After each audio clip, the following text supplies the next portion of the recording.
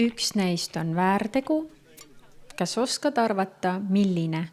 Võib-olla võib kellelgi jääda praegu ekslikult mulje, et ma ise olen kõva kanepi suitsetaja või kanepi aktivist, aga olgu kohe öeldud, et mind absoluutselt ei huvita joobeseisundid, ei alkoholist ega mis tahes muudest mõjuainetest tingituna. Üle kõige väärtustan ma selgust, nii mentaalset kui ka füsioloogilist selgust. Ehk selle video eesmärk ei ole teha kanepi propagandat. Mind hakkas hoopis huvitama, et mida praegune, aga ka tulevane kanepi regulatsioon meie seadusandluse kohta üldiselt paljastab. Näiteks, millised vastuolud võivad seadusandluses sageli olla? Millised väärtushinnangud erinevate normide taga tegelikult töötavad? Niisiis selle video eesmärk on suunata valgusvihk millelegi palju olulisemale kui kanep ise.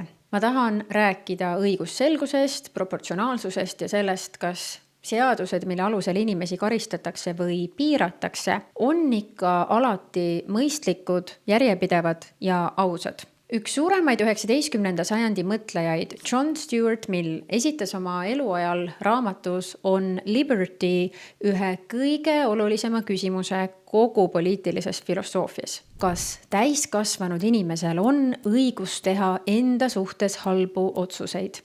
Mill vastas, et on. Lühidalt väitis ta, et ainus õigustatud põhjus, miks ühiskond või riik võib piirata täiskasvanud inimese vabadust, on teiste inimeste kaitsmine kahju eest. Mitte inimese enda kaitsmine, vaid teiste kaitsmine. Mill ütles sisuliselt seda, et täiskasvanud inimene peab saama ise otsustada ilma, et riik sekkuks.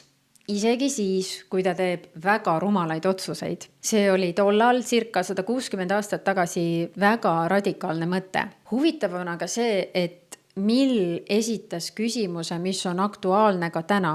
Kas riik võib piirata inimese vabadust sellepärast, et inimene võib kahjustada iseennast? Või tohib riik sekkuda ainult siis, kui kahjustatakse teisi? Kui täiskasvanud inimene suitsetab näiteks kodus kanepit, joob pudeli veini ära või sööb ennast haigeks, siis milline on riigi õigustus sekkumiseks?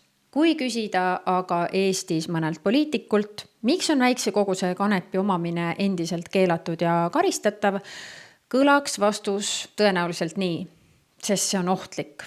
Aga kui küsida kohe kõrvale, miks on siis alkohol legaalne, kuigi selle tervisekahjud on ju hästi dokumenteeritud ja alkohol põhjustab Eestis igal aastal 100 surmasid, muutuks vastus ilmselt kogelevaks. Sarnaseid vastuolusid võib leida ka paljudes teistes valdkondades seadusandluses alates haridusest ja looduskaitsest rahvatervise küsimusteni.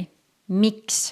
Sest seaduseid paraku ei kujunda alati mitte teadus või mõjuanalüüsid, vaid ka kõiksugused sisse juurdunud dogmad, ajalugu, kultuur, majanduslikud huvid ja muidugi ka ühiskondlikud hirmud.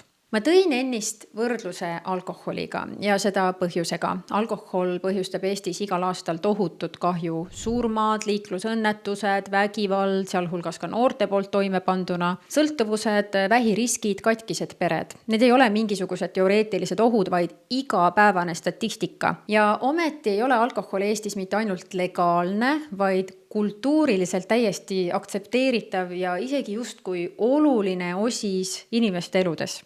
Kui sa alkoholi seltskonnas ei tarvita, oled sa justkui momentaalselt mingisugune veidrik. Kanepi puhul räägime aga sageli justkui mingisugusest erilisest ohust, mis õigustab karistamist. Aga kui vaadata kahjusid objektiivselt ja võrdlevalt, siis ei ole kanep alkoholist tõendatult ohtlikum. Mitmed uuringud näitavad vastupidi, alkoholi kogukahju ühiskonnale on suurem. See mitte mingil juhul ei tähenda, et kanep oleks ohutu. Kanep võib põhjustada mälu- ja keskendumisprobleeme. Eelsoodumusega inimestel võib see põhjustada ka psühhoosi.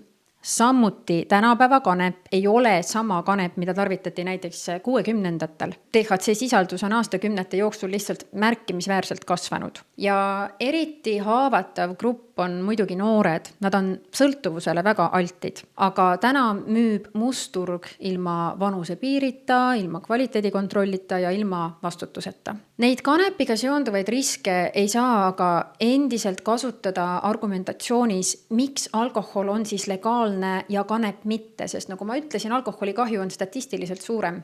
See näitab, et seadusandja on põhimõtteliselt öelnud, et kahjulikkus kas iseendale või teistele üksi ei saa olla põhjus, mille alusel ühiskond otsustab, mida keelata ja mida lubada. Kui kahjulikkus oleks päriselt kriteerium, oleks ju alkohol ja paljud muud ained või tegevused, näiteks hasartmängurlus või tubakas, samuti keelatud. Kanepi debati puhul tuleks minu hinnangul lähtuda ka võrdlevast analüüsist ehk õppida teiste riikide vigadest või vastupidi võtta šnitti. Kui vaadata viimase 25 aasta arenguid maailmas, siis on raske mitte märgata ühte huvitavat trendi. Üha rohkem riike on hakanud küsima küsimusi, mida veel mõnikümmend aastat tagasi peeti peaaegu ketserlikeks. Kas narkokeelustamine töötab? Kas me saavutame oma käskude ja keeldudega eesmärke? Kas noored inimesed on niiviisi tõesti paremini kaitstud? Kas must turg väheneb? Selliste uuenduslike küsimusteni jõudis näiteks Portugal. Etteruttavalt ütlen, et Portugal ei legaliseerinud narkot. See on üks levinumaid müüte kogu narkopoliitika debatis. Portugal dekriminaliseeris väikeste koguste mis tahes narko omamise isiklikuks tarbimiseks. See tähendab, et kui inimene jääb vahele väikse koguse kanepi, kokaiini või mõne muu uimastiga, ei käsitleta teda Portugalis enam automaatselt kurjategijana. Aga see ei tähenda, et narko muutus seaduslikuks. Müümine, tootmine, importimine ja suuremate koguste käitlemine jäid endiselt kriminaalkuritegudeks. Portugal muutis hoopis mõtteviisi. Kui varem lähtuti sellest, kuidas tarvitajaid karistada, siis ühel ajahetkel hakati küsima, mis abi see tarvitaja tegelikkuses võib vajada. Ja huvitaval kombel ei juhtunudki ühiskondlikku katastroofi, mida paljud ennustasid. Narkoga seotud surmad hoopis vähenesid, HIV levik vähenes ning sõltuvusravi kättesaadavus paranes. Ka Kanada valitsus hakkas esitama küsimust, et kui inimesed tarvitavad kanepit niikuinii, siis kelle käes peaks see turg olema? Kas organiseeritud kuritegevuse käes, kas see on ikka loogiline? Või äkki peaks kanep olema riigi poolt kontrollitud ja maksustatud süsteemis? Seetõttu 2018. aastal legaliseeris Kanada kanepi. Oluline on jällegi mõista, et Kanada ei teinud seda sellepärast, et oleks jõudnud järeldusele, et kanep on ohutu. Ta tegi seda seetõttu, et senine süsteem ei täitnud niikuinii mitte mingeid eesmärke. Enne legaliseerimist liikus suur osa kanepiturust mustal turul. See tähendas, et raha teenisid kuritegelikud võrgustikud, mitte riik. Pärast legaliseerimist tekkis Kanadas aga seaduslik, maksustatud ja reguleeritud turg. Muuseas, eelmisel majandusaastal müüdi Kanadas legaalset rekreatiivset kanepit umbes 5,5 miljardi Kanada dollari eest. Ja valitsused teenisid selle kontrollist ja müügist umbes 2,5 miljardit Kanada dollarit. See tähendab aktsiise, müügimakse, litsentsitasusid ja muud avalikku tulu. Raha, mis muidu liikus mustal turul kuritegelikes võrgustikes. Ka Saksamaa jõudis üsna sarnase lähtekohani ehk küsimuseni, et kui seadus ei saavuta oma eesmärke, siis miks see seadus üldse eksisteerib. Niisiis 2024. aastal otsustas ka Saksamaa liikuda osalise kanepi legaliseerimise suunas. Jällegi tegemist ei olnud otsusega, et kanep on kahjutu. Minge tõmmake ennast pilve. Tegemist oli otsusega, mis tehti sellest lähtuvalt, et tunnistati, et senise kanepipoliitika tulemused ei olnud piisavad. Ka Holland, USA erinevad osariigid, kõik need erinevad riigid on ajalooliselt pidanud arutelu selle üle, kas kriminaal- või väärteokaristus üldse saavutab soovitud eesmärki. Huvitaval kombel on ka Eesti hakanud lõpuks ometi samu küsimusi esitama. Justiits- ja digiministeeriumi karistusseadustiku muutmise väljatöötamiskavatsus ütleb sisuliselt välja midagi üliolulist. Tarvitajate karm karistamine ei ole aidanud tingimata nende käitumist muuta ega sõltuvust vähendada. Ehk teisisõnu, riik ise tunnistab praegu, et senine karistusloogika ei ole töötanud piisavalt hästi. See dokument üldjoontes on iseenesest tervitatav, sest selle kohaselt, kui inimene tarvitab ainet eelkõige enda tarbeks või kui tal on sõltuvushäired, siis ei ole ta samas positsioonis inimesega, kes müüb, vahendab või teenib teiste tervise arvelt kriminaalset tulu. Ja kui inimene on sõltlane, siis karistus ei ravi teda. Trahv ei võta ju sõltuvust ära, vangistus ei tee inimest automaatselt terveks. Problemaatiline ettepanek selles dokumendis puudutab aga nii-öelda suure koguse piirmäära. Praegu võib teatud juhtudel juba 10 doosist piisata, et inimene satuks kriminaalmenetluse keskmesse. Seetõttu arutelu käib praegu selle üle, kas piirmäära tuleks tõsta 30 doosini. See tähendab, et circa 20–25% praegu karistusseadustiku paragrahv 184 järgi suure koguse narkokuriteona menetlevatest juhtumitest võiks tulevikus liikuda leebemasse kategooriasse. Riik ise vaatab praegu selle süsteemile otsa ja ütleb sisuliselt, võimalik, et märkimisväärne osa inimesi on täna liiga raskes õiguslikus kastis. Ja väljatöötamiskavatsus lisab veel, et suure koguse piiri tõstmine tähendaks ka juba mõistetud kuriteokaristuste ümberkvalifitseerimist väärteokaristusteks. Selle ettepaneku taga peitub aga huvitav filosoofiline küsimus. Kui inimene, kelle valduses on 29 doosi, vajab edaspidi nii-öelda abi, aga inimene, kelle valduses on 31 doosi, on juba kurjategija, siis kust täpselt jookseb moraalne piir? Kas 2 lisadoosi muudavad tõesti selle inimese olemuslikult teistsuguseks? Või näitab see hoopis, kui keeruline on tõmmata seaduses selget joont inimkäitumise ja kuritegevuse vahele? Seadusandja peab aga suutma põhjendada, miks need 2 lisadoosi muudavad inimese õigusliku staatuse niivõrd radikaalselt. Sest see ei ole enam proportsionaalsus, see on suvalisus.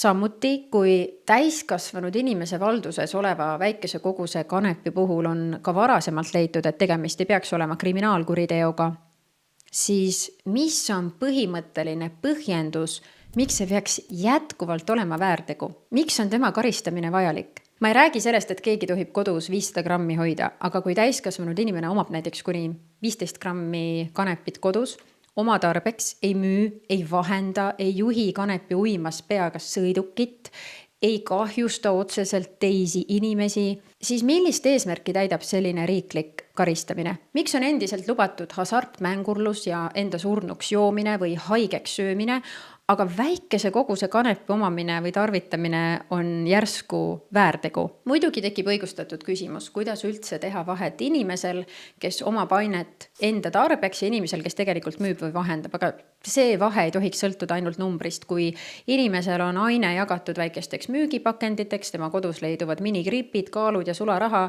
ning on viiteid hinnakokkulepetele, siis see viitab ju levitamisele. Ehk kui riik tahab väita, et inimene on levitaja, siis peab ta seda ka tõendama ehk levitamisele viitavaid tõendeid ka koguma.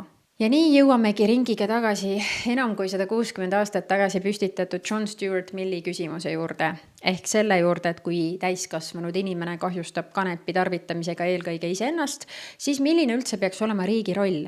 Kas karistada, kas aidata või äkki midagi nende vahepealset? Ma ei väida, et kanep on ohutu, ilmselgelt ei ole. Ma ei väida ka, et Eesti peaks nüüd ja kohe kanepit legaliseerima, aga kui täiskasvanud inimene oma väikest kogust isiklikuks tarbeks, ei müü, ei vahenda, ei juhi uimas peaga ega kahjusta otseselt sellega kedagi teist, siis peab riik suutma väga selgelt põhjendada, miks ta teda üldse väärteoga karistab. Sest väärtegu ei ole mingi neutraalne märkus, see on ikkagi riigipoolne sunnimehhanism, see on karistus. Ja kui olemasolev normistik ei vähenda tarbimist, ei kaota musta turgu, ei kaitse noori piisavalt, siis probleem ei pruugigi olla ainult kanepis. Vahest peaks riik suutma tunnistada, et praegune kanepipoliitika lähtub vähemalt osaliselt mitte sellest tegelikust toimimusest, vaid äkisti harjumusest karistada.